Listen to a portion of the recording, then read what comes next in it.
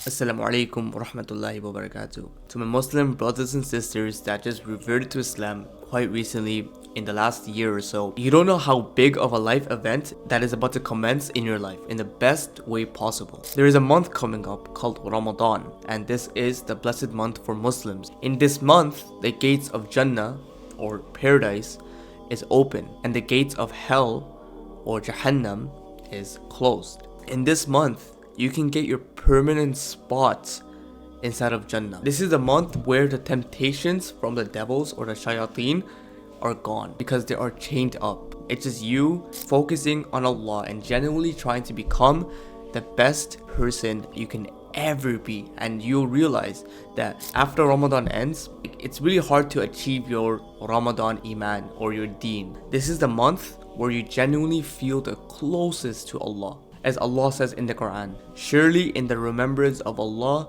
do hearts find ease. This is the month where you let go of your bad habits and you'll embrace this new version of yourself that you've never ever seen. Fully cherish this blessed month and embrace it because you are not guaranteed another one. And for the sake of Allah, please internalize what I'm saying here. Most people think, yeah, the next one is not guaranteed, but please internalize it, because if you were to truly internalize that Ramadan is not guaranteed the next year, or even it's not even guaranteed that you'll make it through this Ramadan, your actions will reflect your thoughts and your decisions, and you will truly learn to cherish this month to the best of your ability. And this is the state of most non-Muslims, right? They think, yeah, Ramadan, you're just kind of like fasting, you don't eat food, you don't drink water, and most of them, like, they over-exaggerate it, like, what, you don't drink water for the entire day? Oh my, how do you Allah is with us, and also scientifically your body also gets used to the state of dry fasting. But anyways, this is not just you trying to do intermittent fasting away from food, or you're doing just regular dry fasting. When you're in an Islamic Ramadan fasted state, this is a protection that has been placed over you by Allah, so you don't do your bad habits, because you know that some certain bad habits will take you out of the state of fasting. It's a layer of protection for you to sin as less as possible, which in inverse means that you become the best version of yourself. Like, you cannot imagine who you'll become. Trust me, if you can imagine yourself doing good in Ramadan, yourself will be even better than whatever you can imagine right now. Ramadan is so blessed that Allah tells us in the Quran in Surah Al-Qadr that there is a night called Laylatul Qadr, and this night is better than 1,000 months. I did some Google research and it's about like 83 something years. This one night is better than 83 years full of worship. Ramadan is that best friend that just comes, picks you up from the depths of your life and turns you into the best version of yourself. And it gives you that sense of imagery in your head that, yeah, I can really achieve whatever in this life and in the hereafter. I can really become the best Muslim as I can. And it just feels so sad after Ramadan is gone. So with that being said, I wanted to give you 4 tips that I think might really help you, especially if you are a revert. Hopefully these 4 tips will really, inshallah, will help you a lot. Number 1, please go to the masjid as much as you can.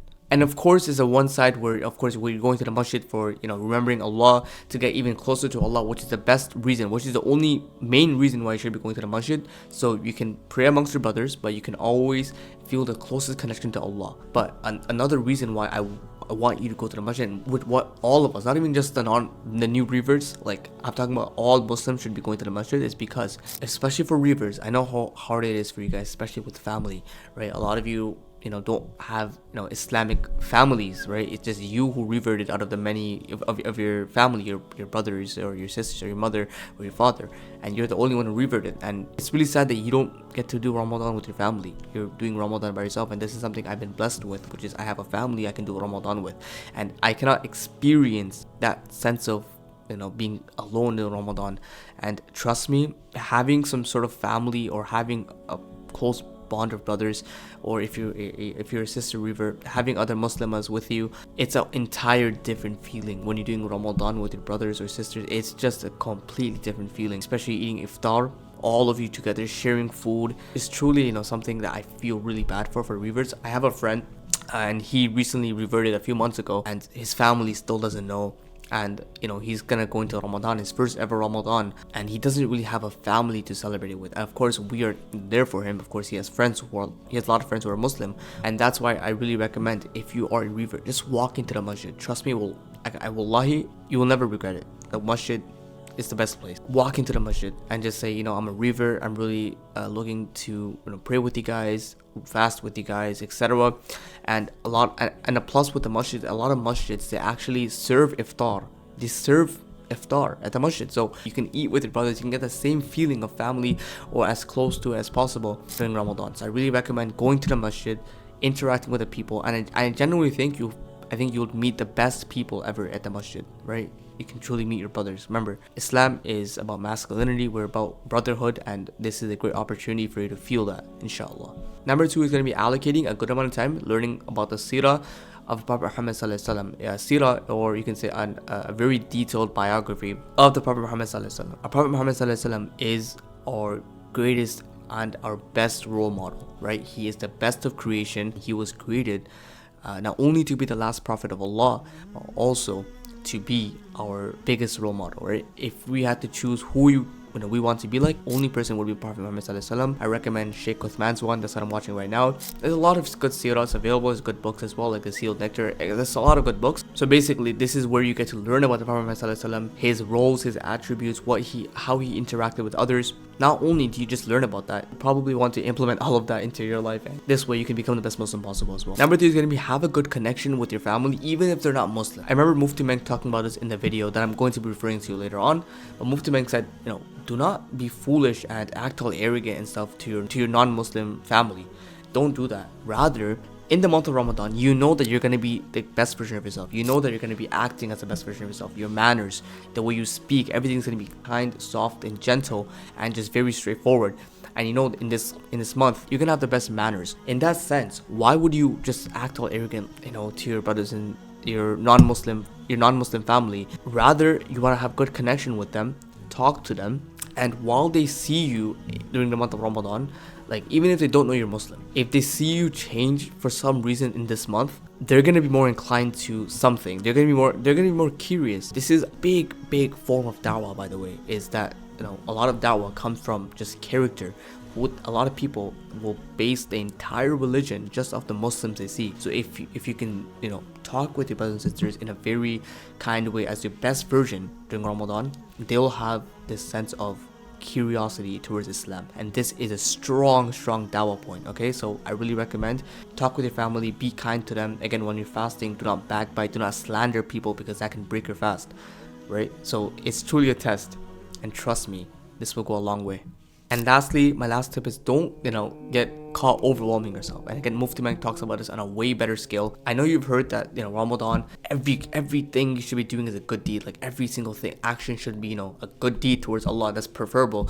Good deeds are preferred in this month. Like if it's gonna be 1 month, if you were to do good deeds, it would be Ramadan, of course. And yeah, you want to be doing as many good deeds as possible, but that's you don't want to overwhelm yourself, right? So like you don't want to start reading fiqh books or Islamic rulings book or Islamic jurisprudence books or something because I want to be the best Muslim. No, stick with the basics, the 5 pillars, right? Especially if you're a revert, of course. This video is for you guys. I really recommend basing your knowledge toward just the most basic things. Like for example, if you're a person that doesn't pray 5 times a day, I would recommend creating a schedule that bases around your 5 daily prayers. So I recommend even looking into the meanings of what you're saying in the prayer time, because when you're praying, you can truly understand how you're worshiping Creator.